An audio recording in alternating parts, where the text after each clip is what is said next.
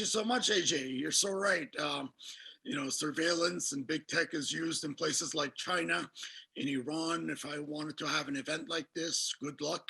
There was no way that I could hold an event and discuss privacy and weapons of war in a country that surveils its citizens. Iran wants to build the next Facebook and the next messenger app just so that people will get off of these platforms and they can monitor connectivity better and they can monitor who says what against the regime. Frankly, I don't care for the regime. There's a lot of regimes I don't care for, but it's not just China. Lots of oppressive regimes. They're the most sophisticated surveillors, but lots of oppressive regimes. Yeah, but I was just thinking also about, the technology that goes behind all these biometric sensors, how that was developed for war. And in places like Afghanistan, we left all their biometric sensors behind that could impact the lives of hundreds and hundreds of thousands of Afghanis that were receiving benefits and US aid through those applications with facial recognition and biometric readings. So it's a scary thing when you think about the technology falling into the adversary's hand and how it could be used to oppress people. So just to recap, we have Albert Fox from S.T.O.P, the Surveillance Technology Oversight Project. We have Tracy Rosenberg from Oakland Privacy, and AJ Rice from Portland Privacy. So truly appreciate all you guys being on the call, ladies. I wanted to start on a positive note. Could you maybe describe a tech company that you admire when it comes to privacy? AJ, sure. Go ahead. Oh, well, there isn't a very long list, so I think it makes it easier than the reverse. I would say that one of the few tech companies that I really respect in this space is DuckDuckGo, because I think that they've done a lot to try to, show an alternative model for how you can have, search and have that sort of functionality without, constantly weaponizing our data against us. It's nice to have a viable search option besides Google that doesn't dig into your search history and tries to figure out everything about you and serve you with custom ads. So that would be on top of my list as well. AJ, who would you like to name as a company that does it right?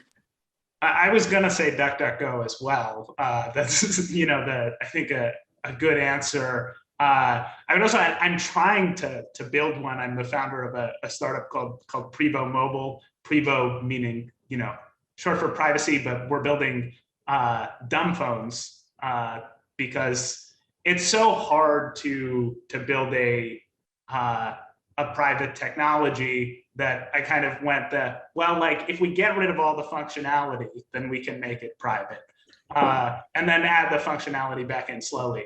But DuckDuckGo, I think there's a number of nonprofit projects. So, Tor Project, for instance, is one that I admire a lot, that, provides an alternative and private browsing experience. But DuckDuckGo was my go-to company. Thank you. Tracy, who do you think is doing it right in the tech sector? Anyone? Oh my God. Well, DuckDuckGo and Tor Project are both good options. I'll add that for those who are hooked on their Chrome, the Brave browser, which is sort of a privacy-centric reset of Chrome, provides an option that doesn't take away a lot of the functionality that you're used to, but protects you against a significant amount of tracking. I'll also add the HTTPS everywhere browser extension, which is helpful. And also encourage people, if you have not yet explored the world of the VPN or virtual private networks, to consider that to allow you to browse privately. There's a number of VPNs out there. Unfortunately, the free ones are not as good as the ones that you have to pay for. But it can be a small, modest investment in your privacy. In addition, Signal should be mentioned for private messaging. They're a wonderful company. And what was the other that was going through my mind? Well, there was one other, but it's left my mind at the moment. But I do recommend that everybody get on Signal and advise your friends and colleagues and conspirators to do the same. Proton Mail is also a good option for your email. Great list, Tracy. I just wanted to add, and Tracy, I would love your thoughts on specific VPNs, because I was one of the many people who was heartbroken and in tears when I saw what the Swiss government did to Proton Mail and and Proton VPN, which had been a great option until, well, suddenly you had the government coming in and saying, oh, you have to keep a lot of data. So are there any particular VPNs that you think that make you sleep soundly at night?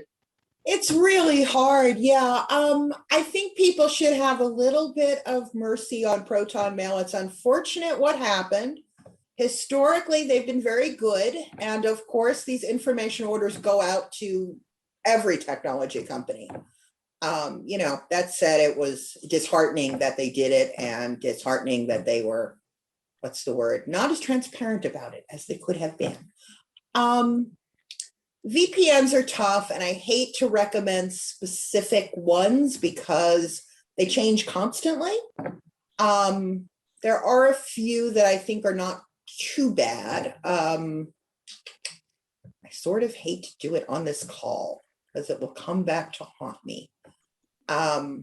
Let's just say that I recommend that people shop around. There are a number of recommendations online, and that if you are able to manage $50 or $100 per year to protect your privacy, you will probably get a much better product than if you go for one of the freebies, because they have to get it back somehow. If they offer you the service for free, then your information usually ends up somewhat compromised. Yes, and generally sold somewhere. Which is a nice way. Yeah. Yeah. So my next question, I wonder who has our data. It used to be that the NSA would be the ones that collects our data, but 70% of NSA's budget is outsourced to defense contractors.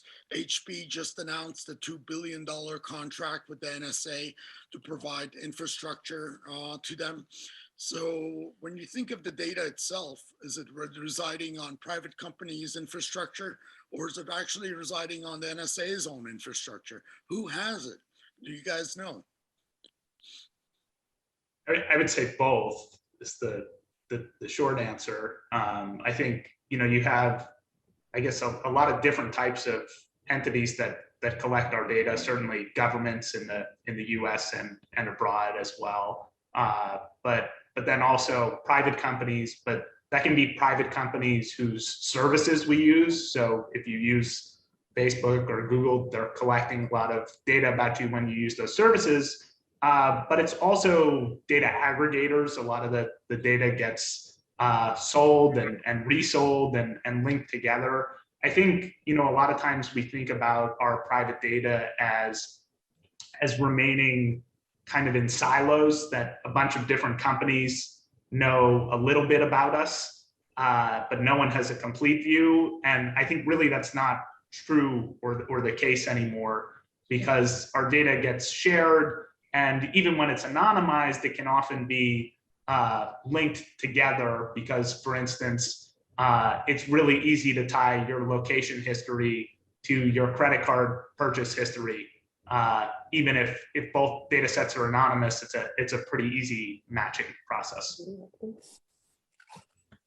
And I would say that, like, in addition to the entire ecosystem of vendors out there who are trying to collect our data, sell our data, including both the government and private sector clients, there are firms like Palantir whose entire business model, sometimes they're giving you the data, but oftentimes they're just trying to break down those silos so you can see all of that data in one place. And, I do think, however, that there's a difference between a situation like HP, where maybe they're providing the servers, and a company where they're providing, the software service, and so they're, innately intertwined with how that data is being used, and have, a lot of access to it. Because, with the way it works with private hosting of government data, those private vendors sometimes have a very limited window into that underlying data, though sometimes they have a lot of power. Yeah. Yeah, and we definitely find that one of the increased sort of, services that surveillance vendors will provide to governments is that extra kind of storage service, which often leads to questions of who owns the data, the city or the surveillance company. And, it's presented as sort of a convenience, but it is a way to basically sort of increase the viability of the third-party services, and to basically, keep the data out of, in the hands of the private companies. So that sort of value-added service has some real significant privacy implications. Yeah. It's always amazes me how the technology that's developed for our military is then utilized by our government agencies. So autonomous weapon systems, facial recognition technologies, deep fakes of the world. And I'm curious, what would be the best strategy to make the public aware around these issues? We have a small forum here. We can't reach the public. And the second question I had is, do you think it's the public's fault? I mean, we're used to having free software. We're used to having free apps. Is it time that we get people to start paying for applications and expect more in terms of privacy that they're gaining from them? Or do they, trust the next WhatsApp that comes on and scans their phones for data? So what are your thoughts? Well, I don't think that you can blame the customer, right? If someone's driving a car and the car catches on fire and blows up, we don't say, well, the customer should have looked under the hood and should have inspected it. If they're, using, a saw or some, sort of hardware tool, and it malfunctions, again, we're not expecting them to have an engineering degree. So why is it that when it comes to privacy and how our data is used, we expect them to have, multiple doctorates that'll let them parse the terms of service and understand, exactly how this data is potentially going to be used against them? I think that this is a failure of our government to hold those companies accountable. I think that, if you look at the sort of work that Tracy is doing, that other, local activists are doing around the country, it's like that is an incredible model for trying to, take that responsibility off of a lot of the individuals and really put it on, really take that active role to dismantle a lot of these surveillance systems that are being used in the first place. Yeah, I think you have to look at sort of the marketing and the perceptions. I mean, there was a long film made about sort of, the terms of service and the privacy policies and how no one ever reads them. And while they sort of tell you what the companies are doing, it's almost impossible to make it out from the legalese. But if you look at sort of the classic example of a free service that you pay for with your data, which is Facebook, I mean, certainly in the olden days, before we understood what Facebook really was, I think the clear perception of people using it is that it was essentially a way to keep in touch with their friends. and that basically they had the power to sort of determine who saw the content that they put out there. And I think the majority of people kind of thought that. And so when you have a sort of a deceptive marketing approach from these companies, I don't think you can sort of say, well, the consumer should have understood that the companies were lying through their asses, right? That's sort of unfair, because what it comes down to is that the way that the software worked was extremely different than the way that the software was promised to work or intended to work, or that the marketing for the software sort of indicated would sort of be what happened if you opened up an account and how you would use it. And I think this applies all over the spectrum, which is that the marketing materials essentially have no connection to the actual undergirding of the software, and that these long privacy policies and terms of service documents are basically useless in terms of, you know, meaningful comprehension of what you're signing on for. I think that there is a role for free services. I think we've seen in journalism, for example, that people are not going to be able to pay the real cost of everything that they want to access. I mean, look, we could all subscribe to 80 different news websites, and they would like us to, but we can't afford it. It's impossible, right? And I think it's the same thing with every single technology application that we use. So I think that there needs to be kind of a balance here where our general understanding of what we're getting into is increased. The size and scope of these companies needs to be looked at with antitrust, which is starting to happen. And the marketing or the pitch or the outreach to customers needs to be reality-based. You know, besides Albert, I'm curious who actually reads the privacy policy and the terms of service. And Tracy and AJ, I just click yes and move on. I mean, it is so ridiculous how many pages of legal document you have to deal with in order to use an app.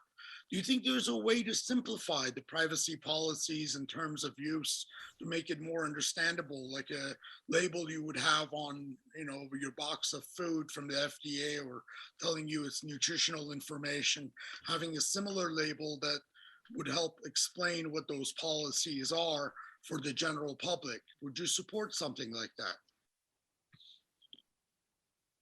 I think it's pretty difficult to enforce and to come up with like a fixed set of here are the criteria. I think one of the things that we find in privacy policies and one of the big challenges with privacy regulation is there's a difference between, well, you can say that you're not allowed to sell data, and then, you know, companies come up with this twisted way around where they're not technically selling data, they're, you know, selling access to sell an advertisement to a person who happens to share all of the characteristics of the data you have, or that it's anonymized, but it's not really anonymized.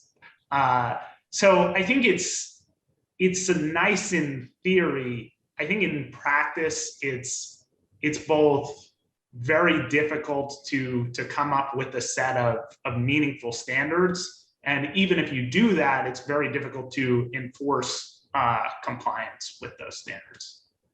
Well, we are in California embarked on an experiment of this kind. We do have a statewide privacy law recently upgraded, as it were, with a ballot initiative.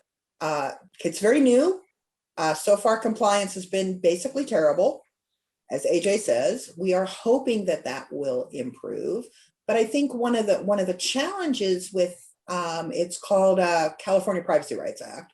But I think one of the challenges with it is that it's very much user initiated, meaning, yes, you can find out where companies are sending all of your data, but basically you have to ask them. And we have found that the burden, when we place the burden on the consumer to go after this information, to opt out, to take a set of actions, that it becomes an obligation that a small amount of the population will actually follow through on, and most won't, because we're busy enough as it is. We have enough problems.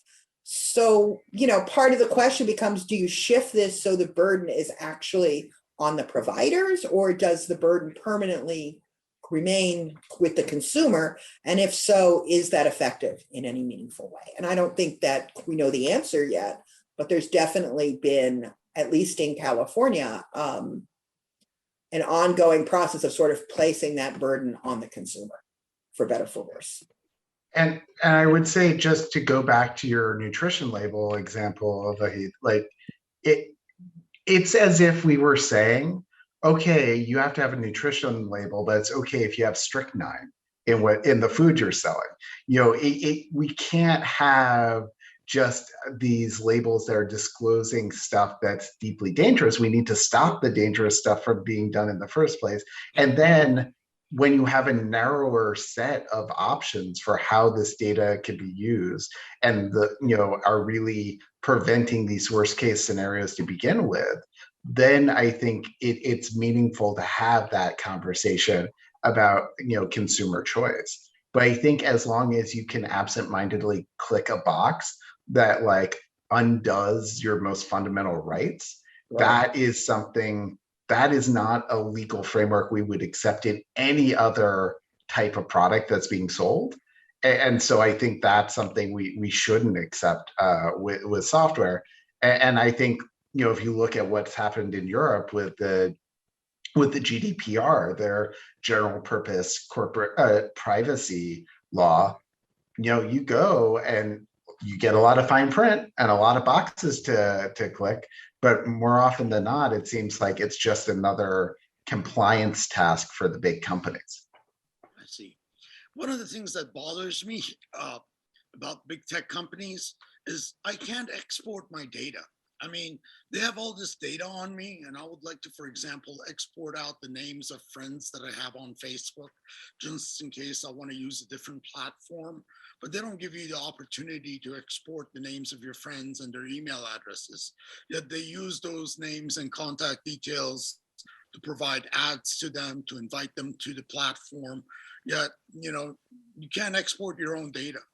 What kind of push can we put on big tech in terms of being allowed to see the algorithms that they're using and how they're treating people, and B, give us the right to export our own data and have control over that? AJ?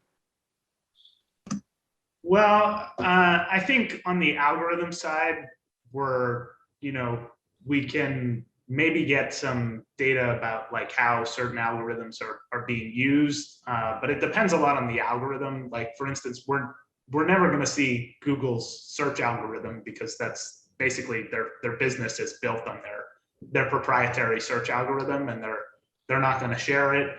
I think with social media, it's going to be hard to find their algorithms as well. With respect to exporting data, I think that's an increasingly a demand that we can make of companies. One of the challenges with that is that it potentially poses some cybersecurity challenges, where by virtue of making your data packaged together in a readable format, that makes it an easier target for abuse. So I think, conceptually, it's a useful idea. It's a question of, can we implement it in a way that doesn't have unintended consequences and protects the other things that we really care about. Great. I wanted to shout out the work of Gabe Nicholas, who's a fellow at N.Y.U. Law School. He's at the Center on Democracy and Technology, and he's done work on data portability and just how hard it is to take that exported data and use it in a way that is actually viable for the consumer, but also the dangers, just like AJ was talking about. When you look back at some of the ways that data has been offloaded from social media platforms, it was because one person could click "I agree," and suddenly not just export their data, but the data of all their friends. And so, that's one of the things that, it's hard to have a robust data export standard that gives you something useful, but doesn't doesn't allow Cambridge Analytica 2.0. So, at this stage, I would like to spend a few minutes each talking about each of the organizations that you guys run, specifically how we at Ethics in Tech can be of support of your endeavors, and how the general public and people that are watching this video can support your causes. So maybe if you could highlight one or two issues that's concerning to you at the moment, and how you like the public to support you, I think that would be greatly appreciated. Tracy, ladies first. Oh, okay, great. All right. So, Oakland Privacy in the Bay Area can be found at oaklandprivacy.org. We definitely encourage people to come to our meetings, sign up for our listserv, stay in touch. We have ongoing campaigns in various cities around the Bay Area that you can participate in. And we're also really, really interested in finding out what's going on in your town and how we can help. We operate in all 9 counties of the Bay Area and can also provide assistance and support for folks anywhere in the country if you are putting together that sort of handful of people that I was talking about. In terms of issues right now, I guess I'll just mention that with some constraints, the second Privacy Advisory Commission on a municipal level was just approved in the very small town of Vallejo, California last night. Vallejo, California, some of you might have heard of as one of the most homicidal police departments in all of the United States. They've been featured in Mother Jones on NBC and a couple of other places. So we are excited at the possibility of some independent oversight in that city. And that was actually approved by the city council unanimously last night. So that's exciting. We are looking at, some of you may have heard of the gunshot detection technology ShotSpotter. For a number of years, we have observed some issues with the forensic reports and witness preparation services that they provide to prosecutors. Apparently, the reports are a little bit fungible depending on what the police would like to hear. And we had noticed a problematic case in Rochester, New York several years ago, and now there is another one in Chicago, where basically the location of a gunshot was moved by an entire mile based on the narrative of a shooting. A mile is a pretty long distance to change the location of a gunshot. And so we are looking at perhaps starting a campaign that these forensic reports and witness preparation services from this company basically should be non-admissible as evidence and non-usable by prosecutors. And so we're interested in talking to folks in other cities about that.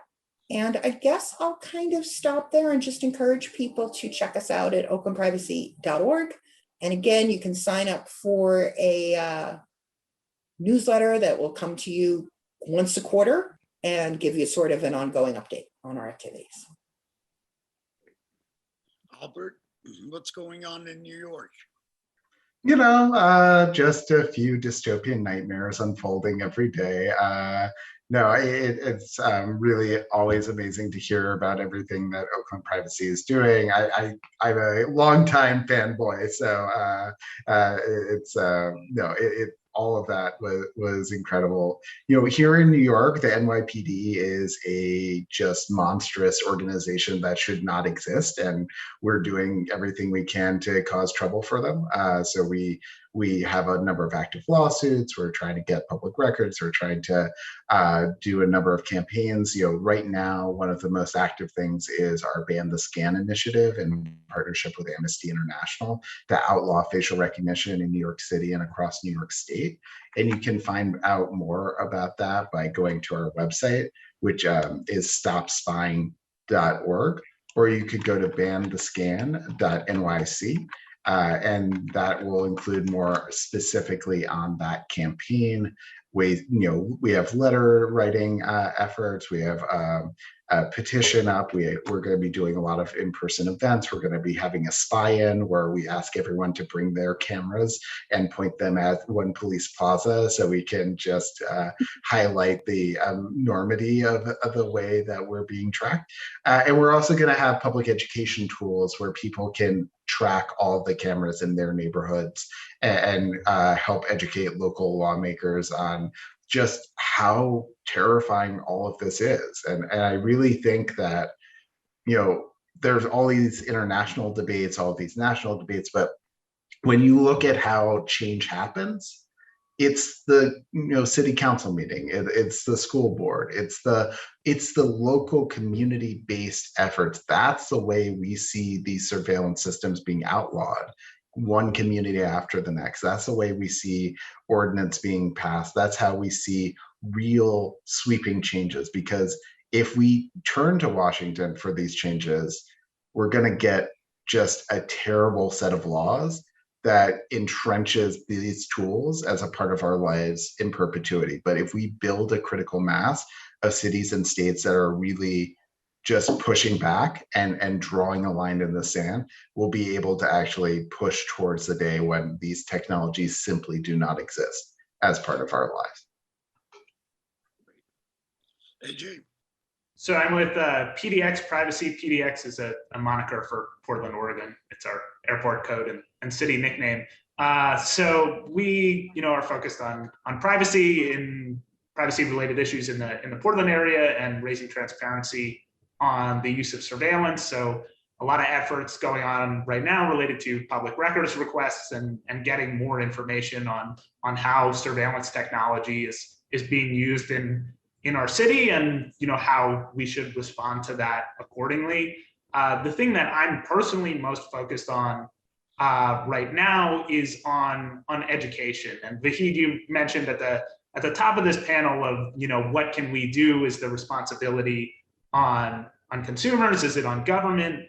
And I think regardless of what you think the solutions to these problems are, whether you think it's regulation, whether you think it's a different regulation, whether you think it's the individuals and the utilizing their power of the purse, and we can, even privacy advocates don't always agree on those things. But regardless of what you think the solution is, I think it starts by increasing education and awareness around these issues related to privacy. So, why privacy matters, what information is being surveilled, what information is being collected about us by both government and private companies. So, we're doing a lot of education efforts at PDX Privacy to educate the community. And, I applaud you, Vahid, for this event and for educating, your community about these issues. And,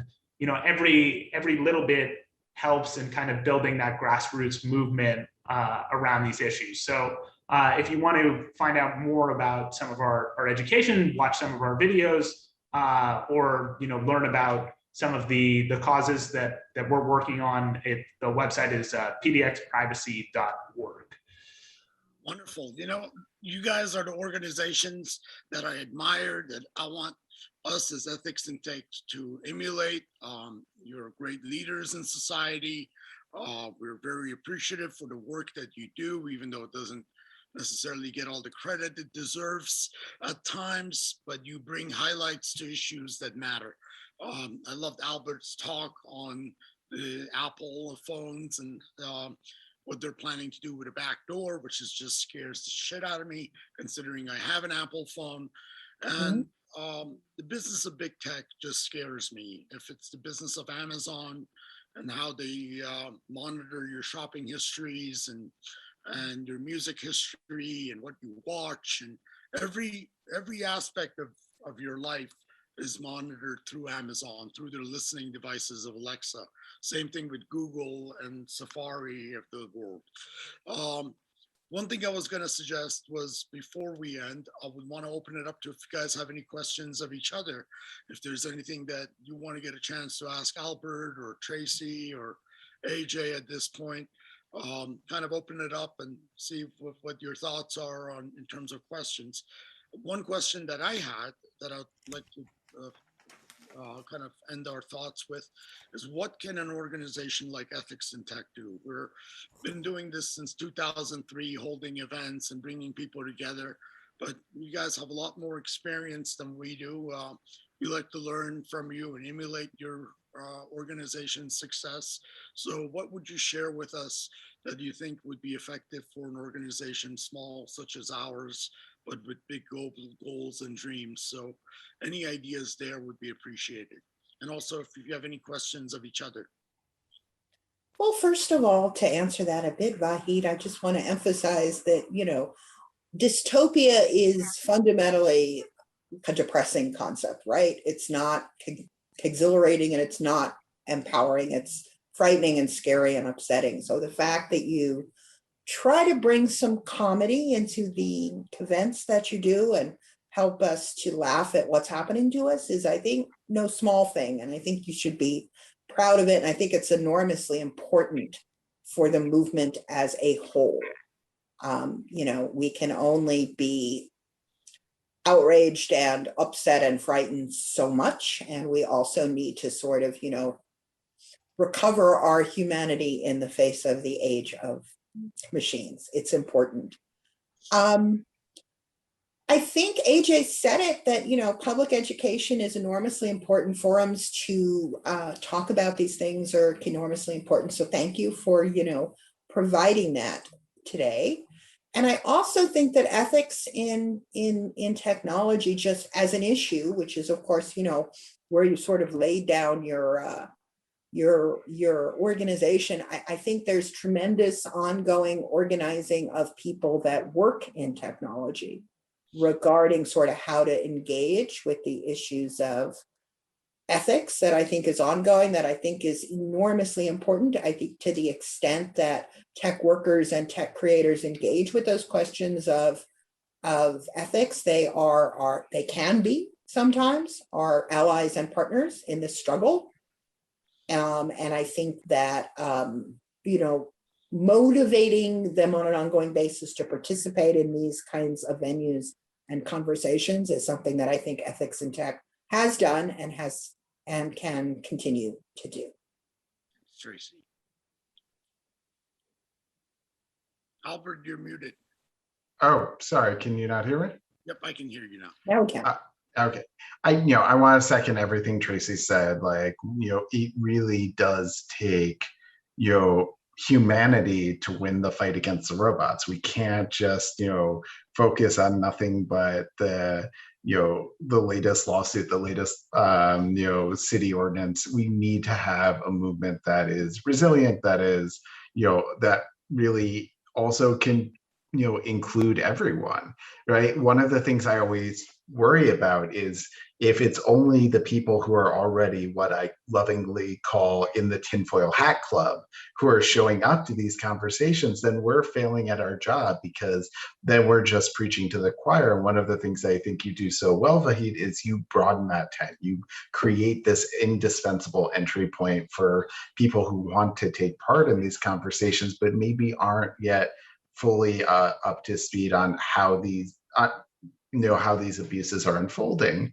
And so I think that is really important. I think that what I see as like the next sort of, stage of all of this work is, as these technologies become ubiquitous, this is something where reaching out to kids, reaching out in schools, having this conversation expand to something that is, part of digital civics. That's something where I think it really can shape the values of the next generation, so that when they get the offer for a job that pays them a lot of money, creating technology that hurts people, that they'll actually pass it up and do something else. Wonderful, Albert. AJ?